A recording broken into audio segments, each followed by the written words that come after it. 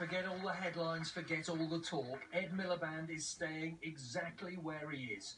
But on a visit to Harlow College today, another reminder of what the Labour leader is up against. How come Labour is still doing so poorly in the polls? Today, another grim opinion poll showed the extent of the challenge he's facing. Tomorrow, he'll deliver a speech bound to be dubbed his fight back. In the latest poll, 73% of people say they can't see you as Prime Minister. Did you ever look at yourself and think, maybe I am part of the problem? No. I've got people to convince, of course I do, and that's what I'm going to do. You never thought of quitting? Absolutely not. This job is a tough job, but it should be a tough job. It's an audition to be the Prime Minister of the country. And, they say, what doesn't kill you makes you stronger, and that's true. And, yes, my mettle has been tested, but people want a Prime Minister. People want a leader of the Labour Party who can come through tough times and will fight for them, and that's who I am. But people think you're in denial. They'll say you've been saying this for 4 years. If only I talk to people more, if only I appear more, if only people hear me more. Your ratings are lower than Nick Clegg's. But what I know is that as we have times during our leadership, many times during my leadership, if we go out, make our case, argue our case, we can win people back, and we will win people back.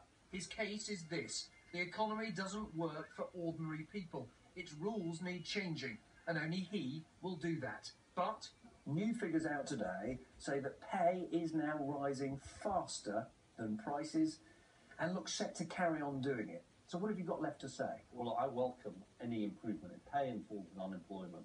But anybody who believes that the cost of living crisis is over, that the economy's fixed, which is obviously what this government believes, is totally out of touch with reality. What does it mean for them? I'm an ordinary voter. They don't want to know about the structure of the economy. What does it mean? It means reforming our banks so they properly serve businesses. It means raising the minimum wage to over £8 an hour. It means dealing with the scandal in our country of Victorian working conditions with 0 hours contracts. Hello, how are you? And yes, he agrees he has to talk more about that issue, which a certain Mrs. Duffy of Rochdale raised with Gordon Brown at the last election.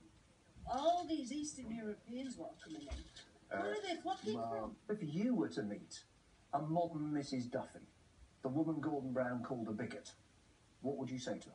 That it's not prejudice to worry about immigration. It's understandable.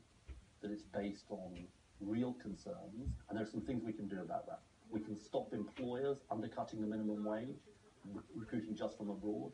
We can say that you should learn English if you're in a public-facing job. We can have longer controls for new countries that come into the EU. But she might say, Mrs. Duffy, if you were here, we just need fewer people. And you're saying